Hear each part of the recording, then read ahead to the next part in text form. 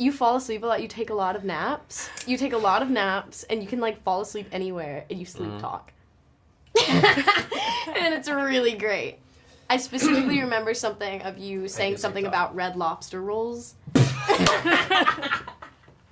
In your... This is Alyssa with Who Let Us Out movie, so let's get right into it.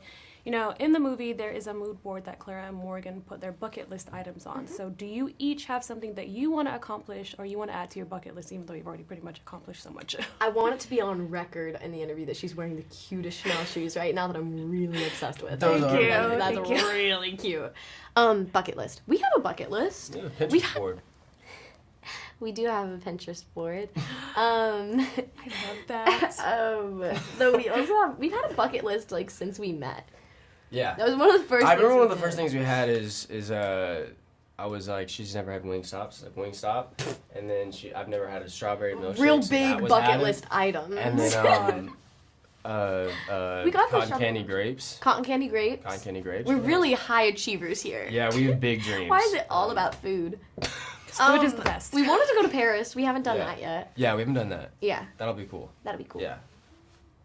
We have a little bucket list. We have lots of plans. Okay, well, I would love to know the rest at a later date. Oh, now, this movie deals with so many different emotions. I read the book and thought I was ready, but I still went home last night confused and, like, feeling all types of feels. Yeah. You have to spend a lot of time with each other. Is there anything surprising that you each learned from each other that you may have not known before?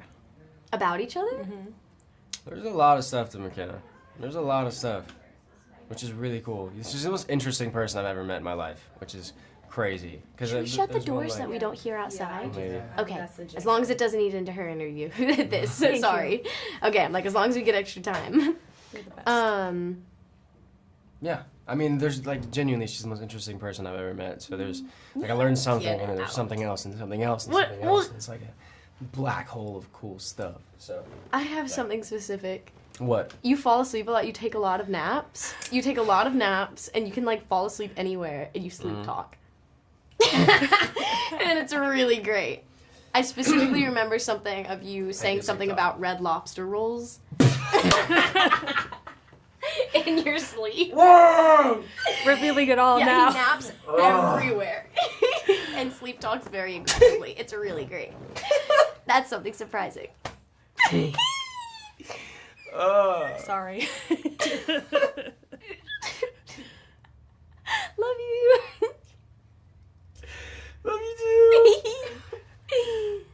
I'm still taking that in, sorry. Yeah, it's okay. yeah. So last time I spoke with you, Mason, I know you can't reveal anything about How to Train Your Dragon, but the fans want to know, is there a particular scene from the animation that you're excited to recreate? Now, this is just a what if. This is nothing, you know. I mean, I can't give away any scenes specifically. I can just say that I talked to the director, and my team did, I think yesterday, and all of the flight sequences and action things we're doing is they're really cool. And I mean, kind of like what we did with the first movie, and this one especially, we're just elevating everything we can and making it bigger and cooler and just giving everything more depth. So I'm really excited for people to see what we do with this one, because the second one has a very special place in my heart. So I'm really excited to just get into it and for people to see it. Yeah. If you had to pick another dragon, who would it be and why? I'm gonna go with hold on. I'm gonna go with a Gronkle. Okay, I I'm see gonna that. go with a Gronkle. It reminds me of my dog. Aww. Yeah, he's a big fat guy. Big fat guy. I have 2 wiener dogs, so. Shut I just up. got Where's another your purse? Oh puppy. my god, I have a wiener dog purse. Oh my god, can I take a photo of it? Yes! I want a wiener dog really bad. I just got a puppy. Oh my god, this is my other wiener dog, but I know I gotta get out. Thank you so much. You're the best. Thank you so much. You're the best for that bag. Thank you guys. But you know, in the movie and the book, there's a point where everybody's kind of like putting their bucket list items on the mood board. So I want to know for each of you, what is something that you want to accomplish or an item that's on your personal bucket list? Oh my gosh, do you have one ready? No, but I can just kind of I have to think. just vomit something out. All right, here's what's gonna happen. Travel. You've named like 3 countries in the last 2 days that you are high on your list. Oh yeah. Oh, Ireland. Yep. What else did I say? Brazil. Brazil. And what was the third one? Let's say going back to Japan. Right. I want to go to Japan. That's on my bucket list. In terms of work, would love to work with certain people, like I'm a Greta Gerwig. Yes. I keep saying that. I'm Greta like, I work with Gerwig. Greta. Every actor in the world has said this, but PTA. Yes. Loved his new movie. What else you got on Bucket here? list. I don't know. I'm not a thrill seeker. Usually it's like jumping out of a plane or doing Have something. you done that? No, I'm not. I've done that once. You did? Yeah. Was it okay? The worst part is going up. And then obviously the moment when you're about to go, but once you're falling, it's amazing. That seems impossible. I think I would pass out. I think my system would be like, we're going to spare you this. We gotta go to the next question before you go ask another question. I know. I love diving with sharks. It also gives me anxiety. But once you're in the water, it's a whole different You said experience. you love doing that? Yes, I love doing it. I would do that, I think. So would Alexander. I don't like hearing myself breathe. Scuba But you is beat up tough. robots, you know. We got Megan, so there's a lot of, you know. Not in my head. Okay, sorry. Yes. So if Morgan and Jonah could say something to Chris and Jenny, what do you think it would be? Oh, like after the fact. Yeah. Oh, interesting. I like it. How do you do your middle finger? Like that. Let me see. How do you do your? Oh, Yeah, yours has like. Mine's got a little flair to it. Whoa. How do you do that? No. I'm gonna practice that. No, it's just That's like naturally as hard as come. this Got a needs for little, me. like- Wow. I don't know if you're allowed to show any of that. Oh yeah, We're- we're fine. We I think that's how I would say. All right, and I miss you. It's both. I guess I would say, how was it with Scott Eastwood? Genuinely curious. I love this. You guys are so fun. Now I have to ask, you know, this movie kind of touches on like regret and the extent and the domino effect of if you kind of don't kind of erase that Sure. regret and, you know, pursue it. Is there ever been a moment in your life or an item or something that happened that you may have regretted that you don't mind sharing? Oh, this is tough. There's a haircut I regret. Oh, that's a really good The one. haircut I Oh, regret. that's good. A guy at school told me when I showed up that I had lost my aura. What describe the cut? Just super, pretty short. How short? Chin. Yeah. Yeah, chin What in was high the school. What was the reference though? You must have seen someone that you're like, I want Maybe that. probably Meg Ryan or Oh something. yeah. And it just didn't work. Very What cute about on you? Meg Ryan. What about you? I'll go with a haircut. This was actually not intentional. It's not like I asked for this, but Your mullet? I went to a place where normally for like a guy's cut, they'll like bend down your ear to shave around your ear. She just decided she's not going to do the bend down part, so she shaved a triangle over my ears. Yeah, that was good. Do you have photos of that? Ooh, I'll look them up. Okay, I would love to see that, to insert that in part of the interview, but you would look good with any haircut, so it's hard to Very imagine. kind. I didn't, but thank you. I'm sure you did. I'm sure you did too. Thank you. Uh, This is tough. I, There's a haircut I regret. oh, that's a really good The one. haircut I Oh, regret. that's good. A guy at school told me when I showed up that I had lost my aura. What describe the cut? Just super, pretty short. How short? Chin. Yeah. Yeah, chin What in was high the school. What was the reference though? You must have seen someone that you're like, I want Maybe that. probably Meg Ryan or Oh something. yeah. And it just didn't work. Very What cute about on you? Meg Ryan. What about you? I'll go with a haircut. This was actually not intentional. It's not like I asked for this, but Your mullet? I went to a place where normally for like a guy's cut, they'll like bend down your ear to shave around your ear. She just decided she's not going to do the bend down part, so she shaved a triangle over my ears. Yeah, that was good. Do you have photos of that? Ooh, I'll look them up. Okay, I would love to see that, to insert that in part of the interview, but you would look good with any haircut, so it's hard to Very imagine. kind. I didn't, but thank you. I'm sure you did too. You know, Clara and Morgan have like a mood board. What would you put on that mood board? Ooh, Got you thinking what there. would I put on that mood board? Like a bucket list, as my character as you. or as me Yeah. in life? What do I put on my mood board? Well, it's definitely somewhere in the tropics, somewhere where my feet are warm at night. That's how I know I'm in my happy place. I couldn't agree. My happy place is Hawaii and like diving underwater, but that's a whole different thing. Yep, love that. Now, this story, I've read the book, and I thought I would be prepared going to this movie, but I still left kind of questioning my own relationships. I was emotional. Uh-oh. But what did this teach you about grief? I think, grief's complicated, and everyone handles it differently. Some people handle it through humor. Some people bury it down. Some people kind of deal with it emotionally right away. I think it's complicated. Yeah, it's very, and I think the movie does a great job of showing all the different versions and things that they went through to deal with that.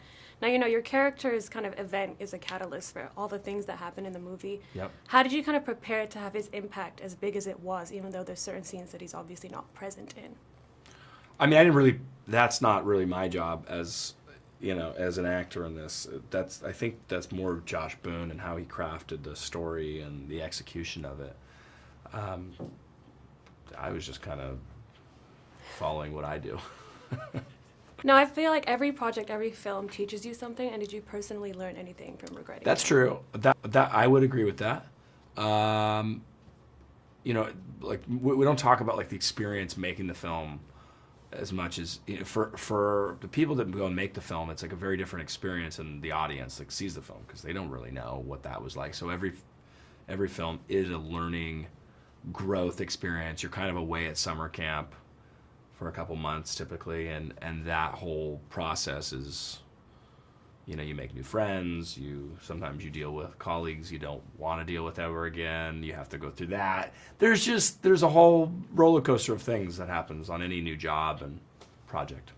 Thank you. Now, my final question is, you've done such an amazing job paving your own way in this industry, and your father is obviously a legend.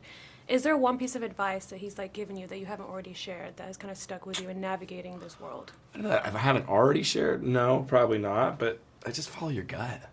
I think that's true for anything in life. Your gut typically does, if you can listen to your gut, it really won't stray you.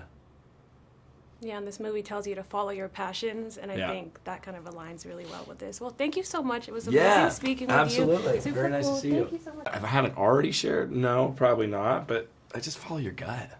I think that's true for anything in life. Your gut typically does, if you can listen to your gut, it really won't stray you. Yeah, and this movie tells you to follow your passions, and I think that kind of aligns really well with this. Well, thank you so much. It was amazing speaking with you. Absolutely. Super Very nice cool. to see you. I read the book, and I went into this thinking I was prepared, but I was still emotionally what is, this story is still wild to me. Did you want to specifically stick to the book or make anything different? For example, the letters. People from the book wanted them to be read out loud, but, Of course. I mean, the letters are the trickiest thing. Really, that might have been the thing we discussed the most in the adaptation, because the book and the movie are very close to each other. I really brought what I bring to the table, which is I brought all the music, I brought the cast, I brought the levity that I think the movie has more levity than the book, has more laughs, It's a little bit less melodrama, So I think that we were really trying to do that, but no, our goal was to really do the book. I'm not a big fan of fan fiction, so I like to choose books where you can actually make the book within 90 to 95%, the kind of things I changed were cosmetic, where it's my editor, I remember saying to me, have you seen the movie yet? Yeah, I saw it last night. In the book, the McKenna and Sam don't go to the graveyard in the book. Instead, they get drunk at their house or something. My editor was it'd be nice to go back to the graveyard and see the stones again and all that. So, we did little cosmetic things like that, but the scene is still sort of the same scene from the book. Yeah.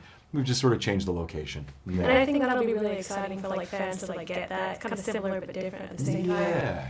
And I just know, when you're a superstar author like Colleen Hoover and so many people have read your books, I don't think people want to see anything but the book. Yeah, So precisely, because then you have that's this whole... Yeah. If I wanted to do something different, I just go write an original script. You know what I mean?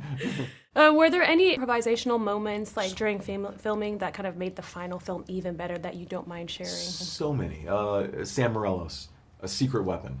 Every time we needed a laugh at the end of a scene or needed some great burst of comedy to happen at an awkward moment, Sam always came through for me.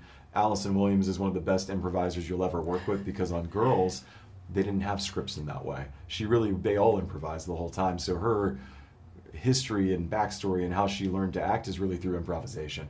So she gave us stuff all the time. When she pulls up in the car and catches them smoking pot, The variety of things that she gave us, though, the stuff that we couldn't put in the movie that was just hilarious, we'll put as an extra on the digital version of the movie online and on disc or whatever. I would just love people to see her pulling up over and over and doing something different every time, because some of it we couldn't put in the movie because it was R-rated, where she would just, she tried everything. But so many actors brought improv moments that absolutely made the movie better.